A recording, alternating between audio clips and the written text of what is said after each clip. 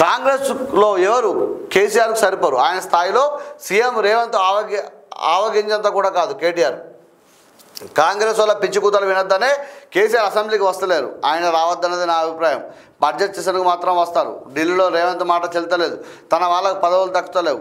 కాంగ్రెస్లో బీజేపీ కోవట్లు ఉన్నారన్న రాహుల్ కామెంట్లు రేవంత్ను ఉద్దేశించినవి. ఇక్కడ మీరు గమనించండి మిత్రులారా, ఢిల్లీలో రేవంత్ మాట చెల్తలేదు, తన వాళ్ళకు పదవులు దక్కుతలేవు అని చెప్తా ఉన్నారు. వాస్తవానికి కూడా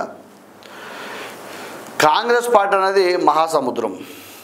వాస్తవానికి ఇదే నిజం, మహాసముద్రం. అన్నీ వస్తూ కలుస్తూ ఉంటాయి, పోతూ ఉంటాయి, రకరకాలు ఉంటాయి అందులో. అయితే ఇక్కడ ఎవరైతే ఎమ్మెల్సీ అనేది ఆశావాహుల సంఖ్య అంటే గత 10 సంవత్సరాల కాలంలో కూడా కాంగ్రెస్ పార్టీ అధికారంలో లేదు. కొత్త తరం 10 సంవత్సరాల కాలం పాటు పార్టీని అంటి పెట్టుకున్న నాయకులు అనేక మంది ఉన్నారు. ఇక్కడ అనేక మంది ఉన్నప్పుడు ఉన్న స్థానాలు ఒక 4 ఎమ్మెల్సీ స్థానాలు ఉంటే అందులో ఒకటి సిపిఐకి ఇచ్చినప్పుడు 3 స్థానాలు ఉంటాయి. ఆ 3 స్థానాల కోసం 300 మంది పోటీ పడితే రేవంత్ రెడ్డి గారు ఏం చేస్తారు, రాహుల్ గాంధీ గారు ఏం చేస్తారు? అత్యంత విధేయత కలిగిన అద్దంకి దయాకర్ గారికి అలాగే విజయశాంతి గారికి ఎలా ఇవ్వడం జరిగింది మీరు గమనించండి.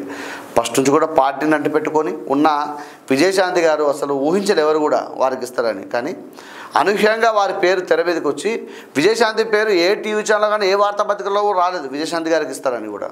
కానీ ఇలా విజయశాంతి గారిని పార్టీ గుర్తుపెట్టుకొని పార్టీలో వారికి సముచిత స్థానం ఇచ్చుకుంటూ వారు నిలబెట్టడం జరిగింది. మీరు గమనించండి మిత్రులారా. అలాగే అద్దంకి దయాకర్ గారు ఎమ్మెల్యే సీట్ రాకపోయినా పార్టీ కోసం నిబద్ధతను కష్టపడ్డా కూడా ఒక పార్టీ లైన్ దాటకుండా ఉన్నాడు కాబట్టి అలా వారికి కూడా రావడం జరిగింది.